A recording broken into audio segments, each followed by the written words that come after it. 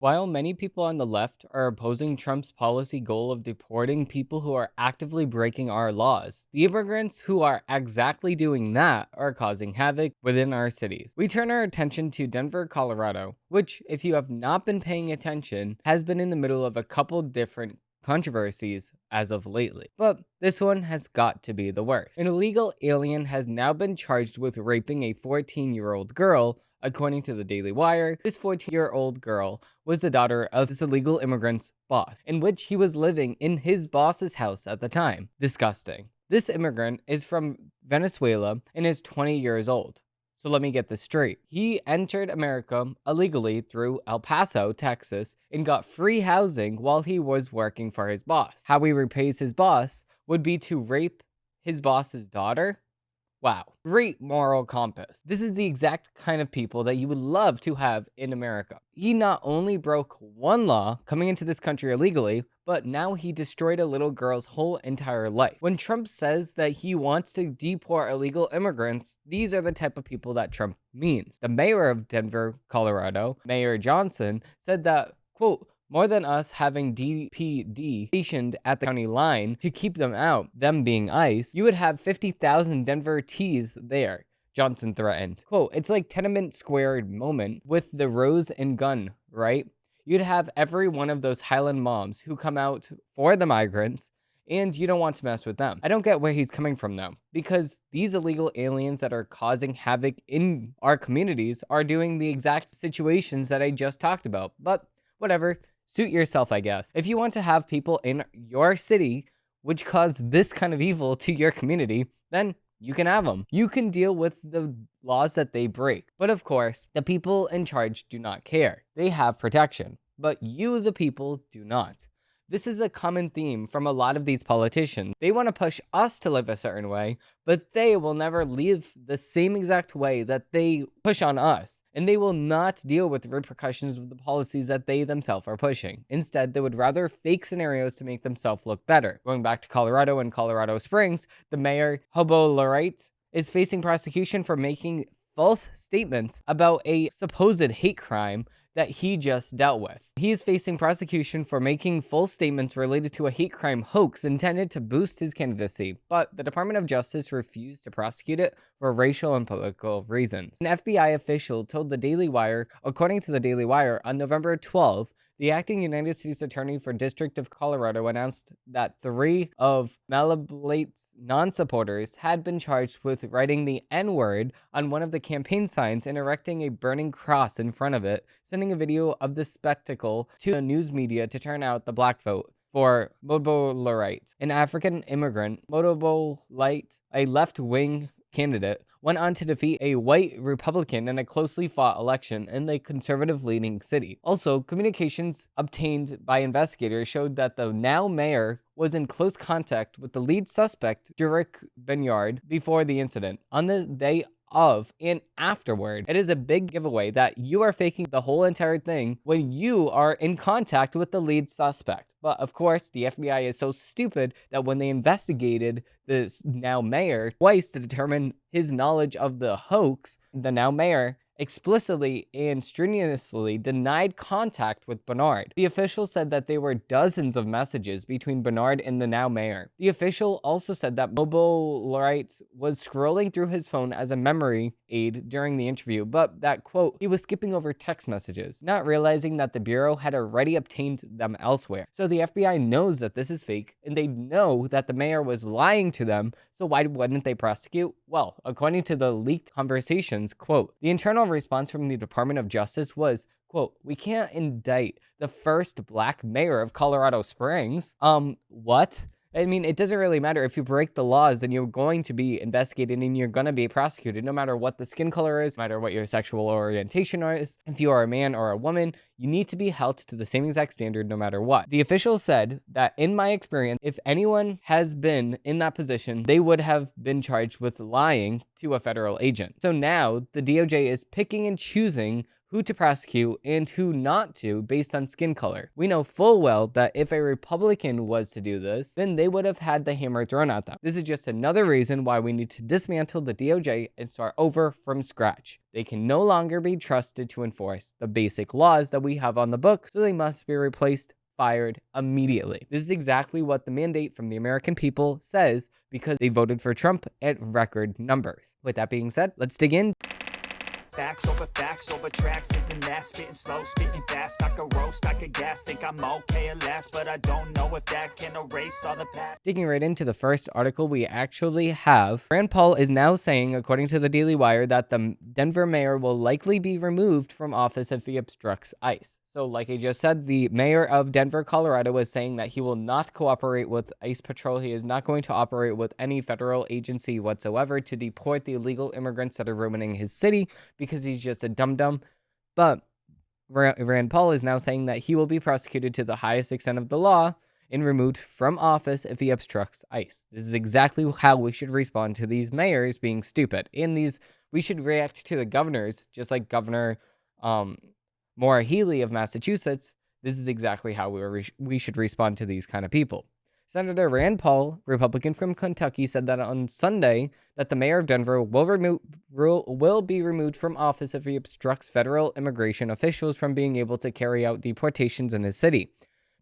Paul's comments come after far-left Mayor Mike Johnston said that he would deploy the Denver Police Department at the county line, to keep investigation and customs enforcement agents out, ICE.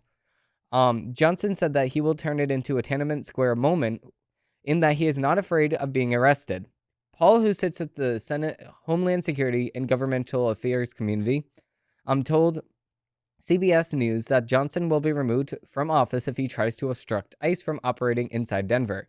The mayor of Denver, if he is going to resist the federal law, which is a long-standing history of supremacy in federal law, is going to resist that, it will go away to the Supreme Court. He said, and I will suspect that he will be removed from office.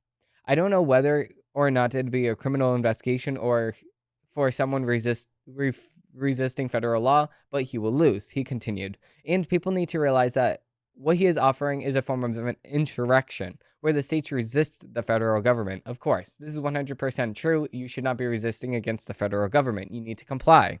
The mayor of Denver is on the wrong side of history, and really, I think, will face ramifications if he does not obey federal law. He added. I completely agree with that, because federal law says that if you come into this country illegally, it is a federal crime. So now, you going into a state and saying, okay, well, I want to just embed myself within Denver, Colorado, and just saying, well, I just want to live the rest of my life here. Well, you do not have the choice to do that because you broke the law. You do not have the opportunity, you do not have the choice to do so because of the fact that you ruined your chances as soon as you broke the law. Now, when you break the law, and you try to live within a city and you're being prosecuted for that, the state or the city cannot go and hide you from the federal government.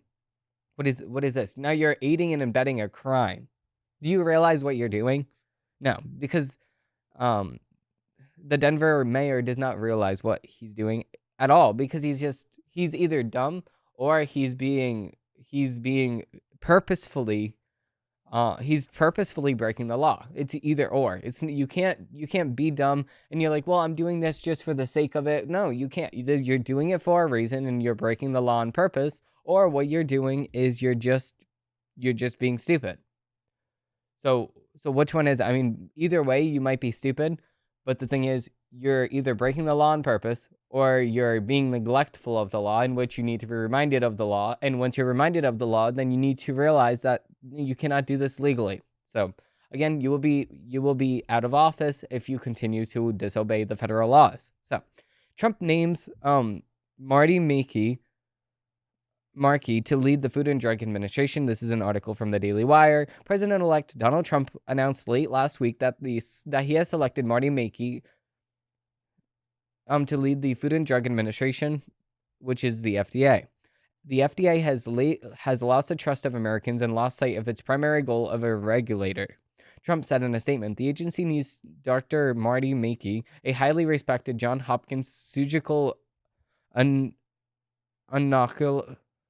oncologist, and health policy expert to course correct and refocus the agency. I completely agree with this.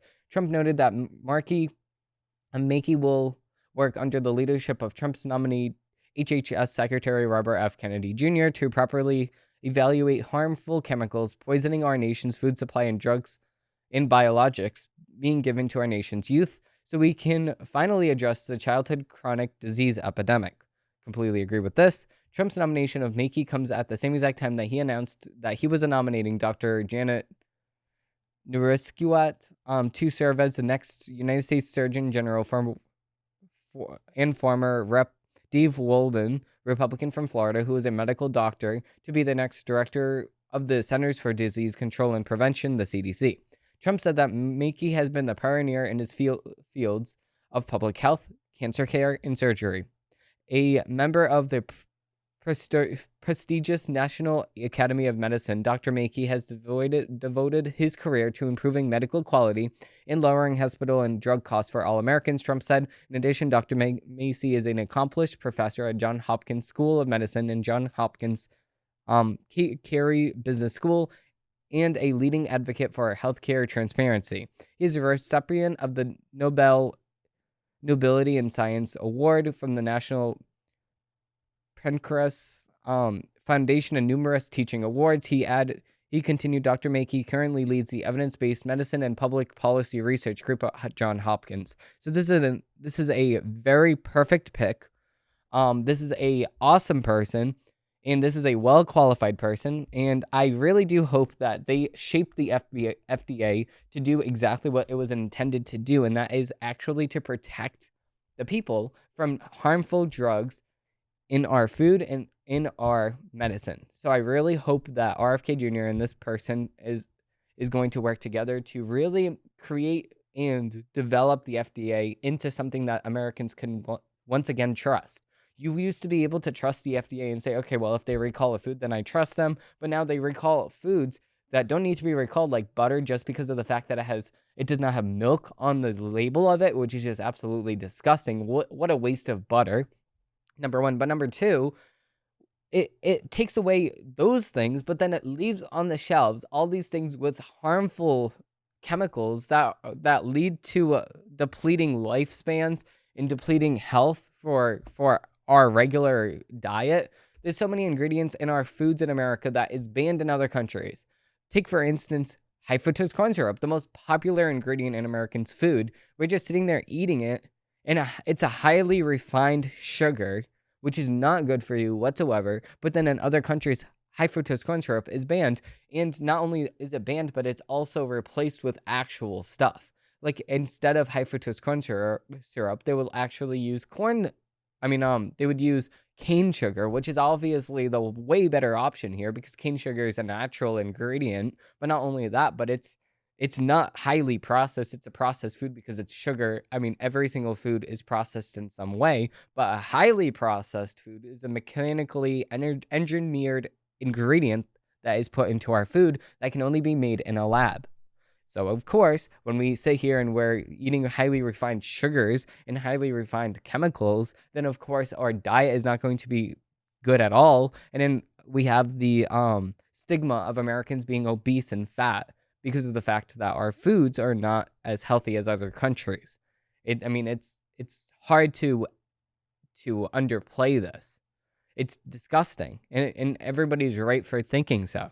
That's exactly why people try to do the organic diet, but then it's like 20 times the price of our already pricey foods. So it's pretty much impossible. But if we ban these foods, these highly processed ingredients right off the bat, then we're going to have a lot easier time of buying healthier ingredients and healthier foods.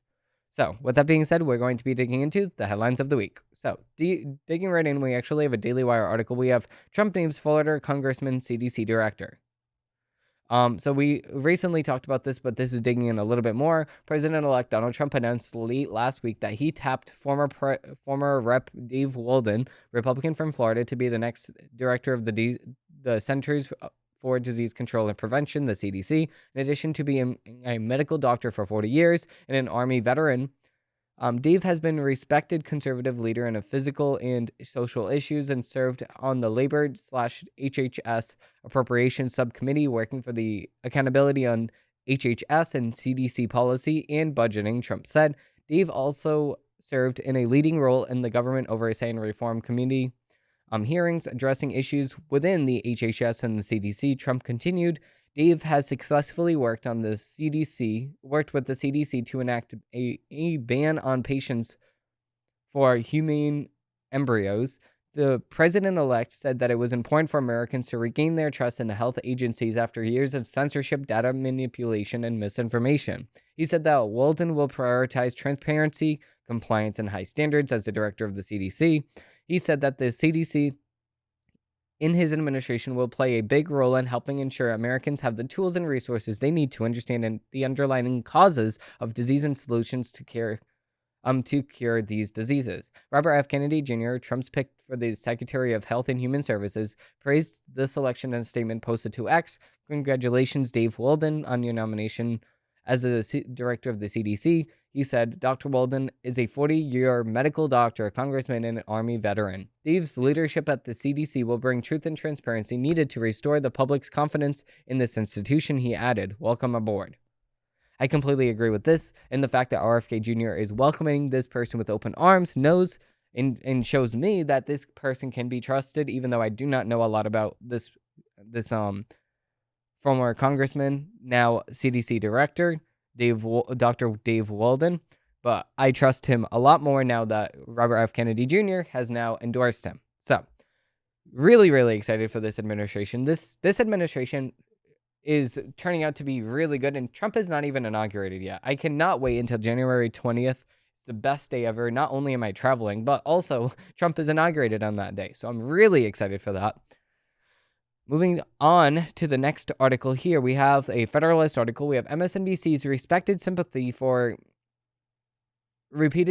Laken Riley's killer shows you do not hate corporate media enough. Now, I totally forgot MSNBC actually existed for a second there.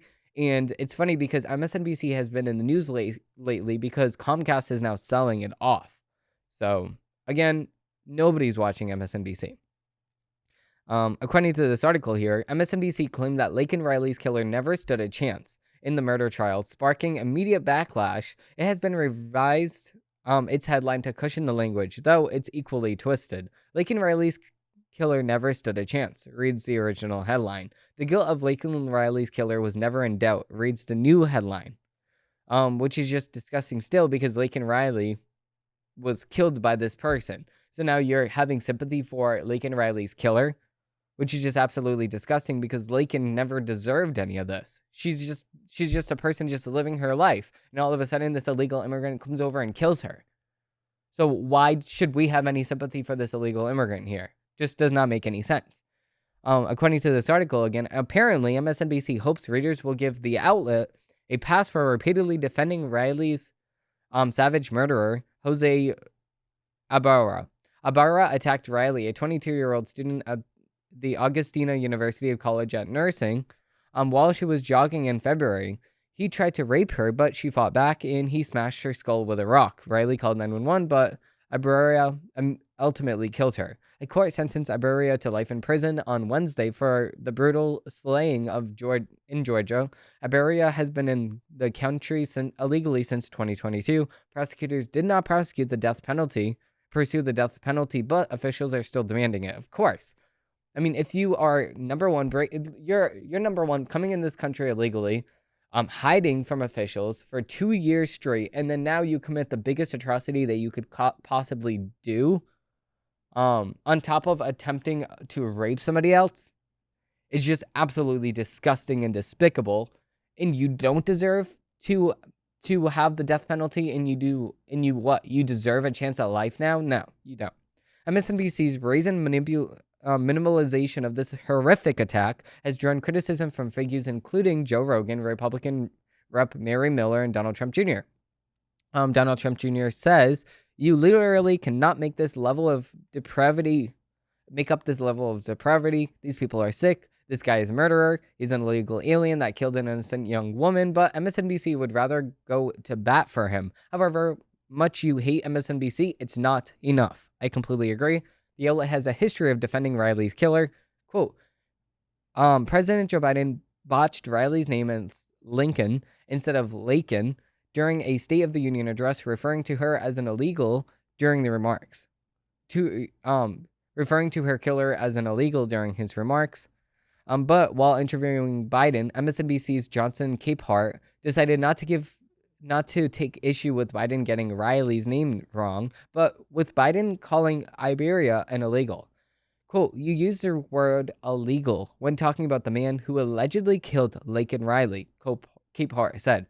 Quote, an undocumented person. I shouldn't have used the word illegal. It's undocumented. Biden seemingly apologized, which is just absolutely disgusting. Yes, he is an illegal immigrant. He's an illegal immigrant. He's not here legally. He smuggled through the border, and he was hiding from authorities for 2 years straight.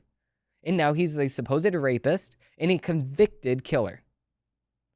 What should we have for sympathy against Riley and for her killer? None. We should have no sympathy whatsoever. Any sympathy has been thrown out the window of a 5-story building and is huddling through the ground into straight hell, because you should not have sympathy for anybody that commits an atrocity this great, this bad, this evil. I just don't understand where MSNBC is coming from. How can you be so far left, to the left, where you agree not only on the premise of people should come through this country illegally, be smuggled through this country illegally by cartels abroad, but not only that, but also is convicted of killing an American citizen, and now you think that, oh, no, the least you could do for this person is to respect their standing on American ground, and they're not illegal. Okay, well, it does not matter he's a piece of trash. This illegal immigrant is a piece of trash. A literal piece of trash that has absolutely no value because of the fact that he killed somebody and wanted to rape this somebody before he killed her. So why is it that we're having some sort of sympathy for this person at all? It's just beyond me. Capehart is also a member of the Washington Post editorial board. While hosting a podcast for the outlet, he acted so condescendingly toward conservative guest Howard that Howard stormed off the set, quitting the show in his columns for the outlet. So yeah, I completely agree with this. Hugh Hugwart storms off the Washington Post podcast after Jonathan Capehart accused him of spewing lies. So yeah, this is absolutely disgusting. MSNBC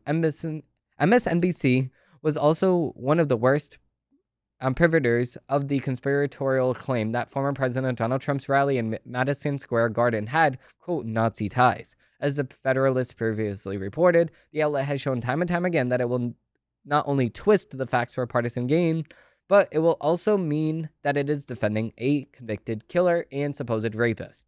So yeah, so again, these mainstream media outlets will go bankrupt one by one because of the fact that it does not have any support among the Americans at all, because of the fact that most Americans already know, like, listen, these illegal immigrants, they're coming through our country illegally, they're causing havoc on our American citizens, and what, you want us to have some sympathy for these people? Absolutely not. All these people in America are starting to wake up, and not only did they wake up in November this month, they woke up and they voted for Trump at record numbers. Not only do they want that, but they want a full mandate for a overhaul of our whole entire government, because we need to have law and order in this country again. We need to make sure that we need to protect our citizens, and that means that we need to enforce our border, because if we have illegals coming in here, then they're not going to respect our laws, not respect our people, not respect our citizens. And more of this will happen, as we saw during the Joe Biden administration. So, with that being said, we have some more articles to get through in the media's takes. So, digging right in, we actually have a CNN article. We have white neighbor convicted of manslaughter in fatal shooting of a black mother of 4 to be sentenced today. So, of course, CNN is focusing on this as if the opposite does not occur, which is just absolutely disgusting here. So we're focusing on race all of a sudden, even though this person that killed somebody else is now convicted of manslaughter. Should not have happened. It's very evil. We all know this. Talking about the last person here, an immigrant just killed a civilian for no reason at all.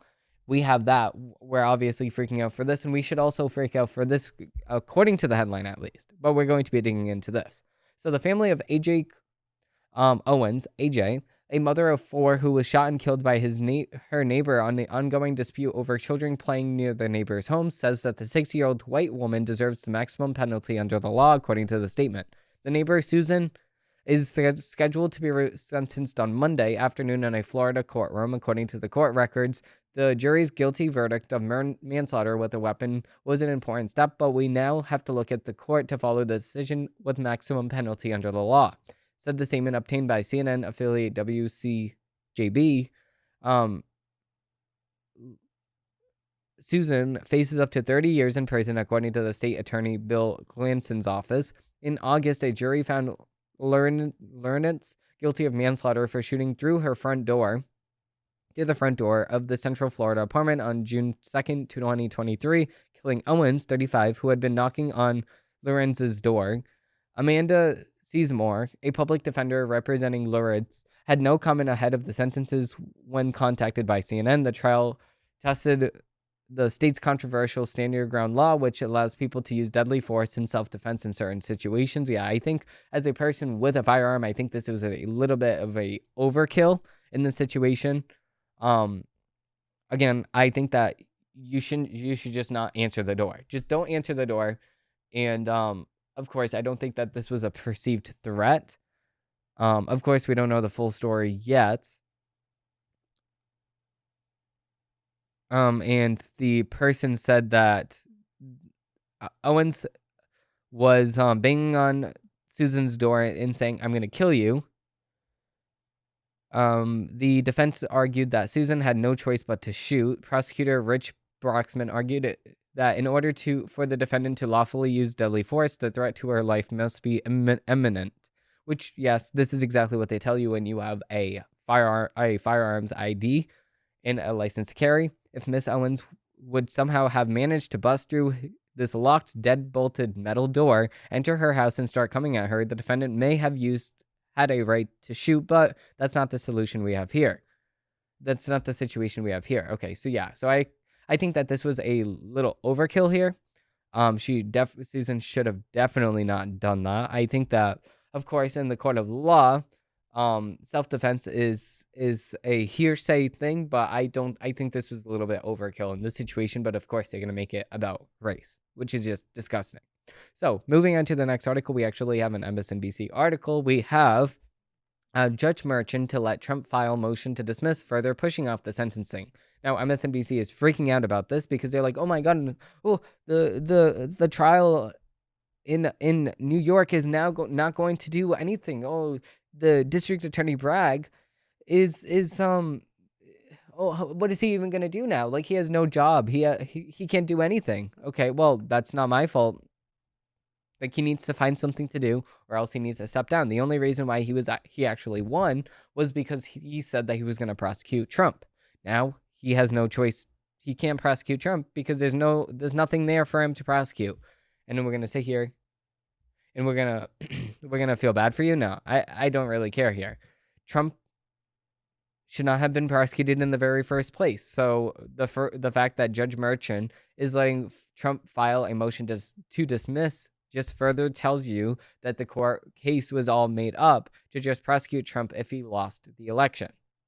That's exactly it. Trump did the deed and the evil atrocity of running against Kamala Harris and Joe Biden. That's exactly what he did. Not anything further. He simply just did that, and they want to prosecute him for doing that. Moving with this article, this MSNBC article, here we have Judge Merchan on Friday said that he was going to let Donald Trump Sr.,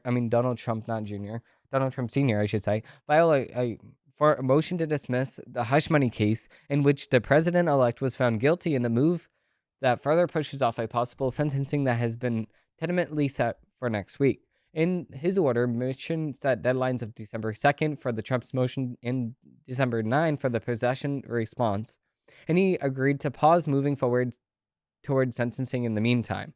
Trump's lawyers argued in a letter to the judge on Tuesday that that the immediate dismissal of the case is required to facilitate the orderly transition of executive power.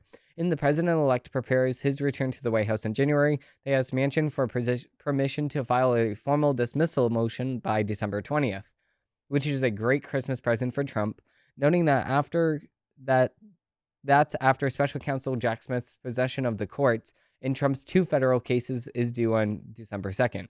Those federal cases were all but doomed upon Trump's election victory, but trickier questions remain in his 2 state cases in New York and Georgia. Because presidents can't get cases dismissed or pardon them away, criminal actions aren't likely to proceed against Trump while he's in office, but one of the lingering questions is whether the state cases might be deferred until Trump leaves office.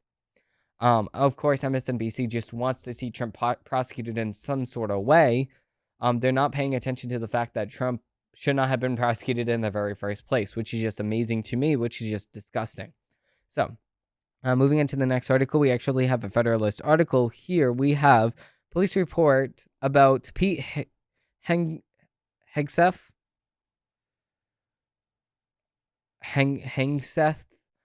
alleged sexual assault vindicates him of criminality. So, all the evidence indicates Pete Hegseth was pursued by a married woman who then regretted her decision to have an affair. What you're going to hear now in the coming days from the national media is that there are graphic details about a police report related to an alleged sexual assault involving Pete Hegseth, President-elect Donald Trump's incoming nominee for defense secretary. It's certainly graphic, but the media will bet you won't bother reading the report, which is in reality looks really bad for the alleged victim and effectively clears Hegseth of criminality.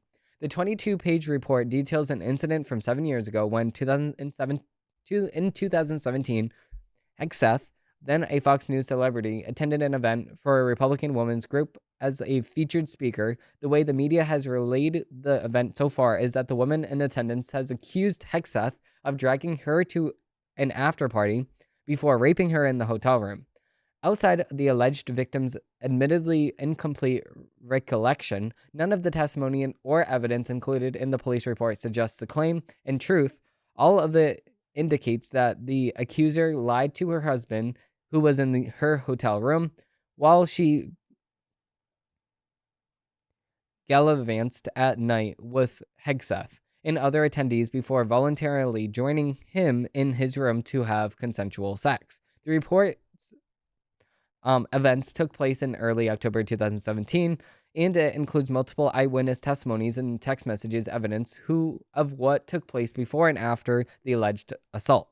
The alleged victim is identified only as Jane Doe after the night of the moderate drinking, during which Doe says that at some point felt she has been drugged. Joe did not said that she remembered few details, but that she recalled inexplicably finding herself in Hegseth's hotel room, that he did the juice on her body, and that she thereafter went to her own room to join an unnamed person in bed. Text messages she shared with police indicate that the person was her husband and that there were other parties in the room, likely children. Doe ended up in contact with the police after she saw a medical provider to administer a sexual assault exam. The provider was required by California law, to tell police of the allegation, and that was shared by Doe. Doe told police that she did not recall drinking heavily on that day, but then later said that she did at some point. She confronted Hegseth by the hotel pool about the way that he had behaved with the other woman that night, when she found inappropriate. She would also tell police that she recalled asking Hegseth in his hotel room if he had a condom. And that's the exact point, things have turned in her favor. The rest of the report, in an overwhelming replication of the version of the events, included the text exchanges with her husband, wherein she reportedly mentions Hegseth, but omits that she was spending time with him at the after parties. Testimonies from other women in the attendance who said Doe never appeared over served and, in fact, seemed completely coherent throughout. Surveillance footage video that showed Doe and Hegseth walking around with locked arms, and the hotel staff member who recalled engaging Doe and Hegseth by the pool. At the time, Hegseth was brilliant, and Doe guided Hegseth away from the conflict. The report ends with the Hegseth's version of events, in which he admits he only initiated sex with Doe after she took him to his room, and says that the two of them reportedly expressed reservations about the intimacy. He said that the two of them agreed to the affair needed to remain secret. If there was one corroborated piece of Doe's story, if it's that Hegseth also recalled that she asked him if he had a condom. Jane Doe stated that she used a condom when she had sex with her husband after the alleged assault. The explanation for that is redacted, but thereafter the report says Jane Doe stated that had some sort of juice and was diagnosed with bacterial infection, a condition that is caused by having sex with multiple partners. Text messages with her husband, who was at the conference, show Doe asking him if he was familiar with Hegseth, referring to him as TDB Light. The mini TDB, which appeared to meant as insults. Doe's husband replies, "Oh, you mean the man who tried to have sex with my wife?" And not a good first impression for Pete. Doe's husband told police that it was at 4 a.m. when his wife returned to their shared room. Jane Doe arrived at their hotel room, accessed the room on her own, and had only used the key reader to get in. The report said Jane Doe told her husband that she must have fallen asleep. Jane Doe was apologetic. Her husband noticed that Jane Doe did not have a hard time walking and was not slurring her words. Hotel staff told police that he encountered Doe in Hegseth at the pool, and Jane Doe placed her hand and arm in the back of Hegseth and escorted him away. The staffer described Hegseth as very intoxicated. By contrast, he said Doe was not intoxicated and, in fact, standing on her own and was very coherent. Of hotel surveillance video, the report said that the video showed Jane Doe and Hegseth walking together in arms locked together. Hegseth's testimony also goes into detail about what happened in the hotel room and maintains it was consequential. No charges were ever brought, and Hegseth paid the woman a settlement fee at the time to make the drama go away. Nobody should be left with questions about what happened here. All of the evidence indicates Hegseth was pursued by a married woman who then regretted her decision. So again, the thing is, this story is about her having an affair, and once you pay some hush money for her to stop telling the story, it should be a known fact not to tell the story. I mean, I just don't know what's going on here. She wants to come out with her side of the story, but the thing is, she was paid hush money. Once you're paid hush money, you need to keep it hush. You need to shut your mouth, because you were paid not to talk about the scenario. Again, because this was years ago, it was already settled. There was a settlement fee. You were paid off. You consensually had sex with him. You then regretted it after, but there's no such thing as a time machine, so you can't go back in the past and replay that decision. You can't. You just can't. So I just don't understand what's happening here. Of course, the media wants to just spin this because of the fact that they want to actually make Hegseth look like the bad villain in the story. But of course, it's Jane Doe in the story that was actually the bad person. But speaking of bad things, Jaguar has now rebranded itself, rebranded just to a text of a Jaguar instead of the logo of Jaguar for some reason, and has now copied Bud Light in its new ad saying not to copy anything, I should say, or quote, copy nothing, but it's copying Bud Light. You get it. As the Democrats, Bud Light, and a host of other businesses have learned, people are now tired of the crazy but sure Jaguar copy nothing except for failure. This is an article from The Federalist. Luxury, power, beauty, and the British royals, James Bond villains, masculinity. These are all things that come to mind when somebody thinks of Jaguar, both the automaker and the magnificent cat, for which it is named. Now, though, the car company is rebranding, ditching its former glory as a producer of the first mass-produced V12 vehicle, and instead embracing an all-electric future, though no one would be able to discern that from its new marketing campaign, Copy Nothing. The spot, featuring a diverse, inclusive group of 8 gender-bending Austin power villains, is quite a spectacle. With the text telling viewers to create exuberant, vivid, delete ordinary, break molds. Since the Brits don't know how to spell the language they created, Copy Nothing, the cast is not exactly James Bond and Honey Raider, but it is not even Lee Christopher. It does not include power, beauty, or luxury. It's definitely not strong and masculine. It does, however, suggest Jaguar will be there for those who want a Tesla, but can't bring themselves to buy one because of Elon Musk's political transformation. In other words, if you're a design-minded, cash-rich, time-poor shopper who's in the market for an extremely expensive luxury EV that competes with Rolls-Royce and Bentley, the new Jaguar has you covered. That Jaguar's UK brand director is committed to fostering a diverse, inclusive, and unified culture that is repensive to fostering a diverse, inclusive, and unified culture that is respective not only of the people that use its products, but in society in which we all live, and certainly insidial, and in no way connected to this bizarre rebrand. So, of course, Jaguar is copying Bud Light and is now getting the Bud Light treatment as if they are selling cars or anything anyway. I mean, I guess they're thinking in their minds that they're not selling many cars anyway.